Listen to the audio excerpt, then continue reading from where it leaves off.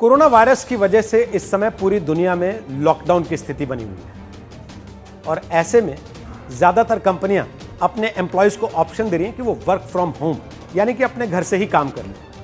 जाहिर है लॉकडाउन में आप घर से तो बाहर निकल नहीं सकते। मीटिंग कैसे करें? आप मीटिंग कैसे करें, इस सवाल का जवाब जब तलाशना शुरू किया गया तो एक ऐप काफ़ी चर्चा में आ गई। आपने भी इस ऐप का नाम सुना होगा। इस ऐप का नाम है जूम। इसकी खासियत यह है कि इस पर 1 से लेकर 100 तक लोग एक साथ एक समय में वीडियो कॉलिंग कर सकते हैं, यानी आप एक दूसरे के चेहरे भी देख सकते हैं, एक दूसरे के साथ बातचीत भी कर सकते हैं। और सिर्फ हिंदुस्तान में नहीं, दुनिया के बहुत सारे देशों में इस ऐप का इस्तेमाल अचानक बड़ी तेजी से बढ़ गया। और जैसे जैसे इस ऐप का इस्तेमाल बढ़ा, इस ऐप को लेकर चर्चा बढ़ी, इसको लेकर सवाल भी खड़े होने लग गए। आरोप यह लगा कि इस ऐप पर आपका डेटा सुरक्षित नहीं है, यानी कि अगर आप जूम का इस्तेमाल कर रहे हैं तो आपके मोबाइल का डेटा, आपके लैपटॉप का डेटा, आपके आईपैड का डेटा वो किसी और के हाथ में भी जा सकता है। अगर वाकई ऐसा है तो यह बहुत खतरनाक स्थिति है। तो आज हम आपको बताएंगे जूम ऐप को लेकर जितनी तरह की चिंताएं पूरी दुनिया में सामने रखी गई हैं वो क्या है, और साथ ही जूम ऐप का इस्तेमाल करना आपके लिए खतरनाक है या नहीं। साइबर सिक्योरिटी के लिए भारत में एक राष्ट्रीय नोडल एजेंसी है, CERT-IN। इसका फुल फॉर्म है computer emergency response team of India. इस एजेंसी के पास जब जूम का मामला गया तो एजेंसी ने जूम का इस्तेमाल करने वाले भारतीयों को चेतावनी दी कि आपको इस ऐप का इस्तेमाल करते हुए काफी सावधानी बरतने की जरूरत है, क्योंकि अगर आपने सावधानी का इस्तेमाल ना किया तो ये ऐप आप पर साइबर अटैक का जरिया बन सकती है। साथ ही इसे यूज करने वाले की सेंसिटिव इंफॉर्मेशन भी लीक होकर साइबर अपराधियों के पास जा सकती है। अमेरिकी वेबसाइट CNET के मुताबिक कैलिफोर्निया में इस ऐप पर एक लॉसूट यानी कि एक मुकदमा भी फाइल कर दिया गया, और इस मुकदमे को फाइल करने के लिए 3 चीजों को आधार बनाया गया। सबसे पहला आधार यह है कि यह ऐप फेसबुक के साथ अपने डेटा को शेयर कर रही है, यानी कि जो जानकारी आप उनको दे रहे हैं वो उसको जानकारी को फेसबुक के साथ साझा कर रहे हैं। दूसरा आधार, ये ऐप आपको एंड टू एंड एन्क्रिप्शन नहीं देता, जैसा कि आजकल व्हाट्सएप भी देता है आपको।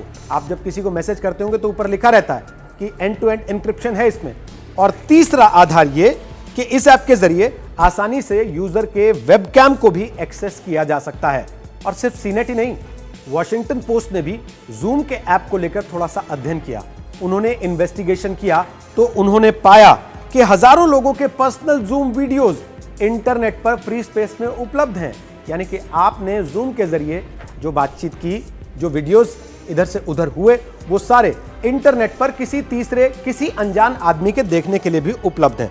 इन वीडियोस में से वॉशिंगटन पोस्ट ने 5 लोगों का पता लगाया, उन तक पहुंचे, उनसे बात की और उनसे पूछा तो उनमें से किसी को यह मालूम नहीं था कि उनके वीडियोस लीक होकर आखिर इंटरनेट पर कैसे आ गए। सिक्योरिटी एक्सपर्ट ब्रायन क्रब की माने तो ऐसे बहुत सारे टूल्स हैं जो आपको इंटरनेट पर 1 घंटे में ही 100 जूम मीटिंग आईडीज ढूंढकर सामने रख देंगे, यानी कि 100 ऐसे लोग जिन्होंने मीटिंग्स की होंगी।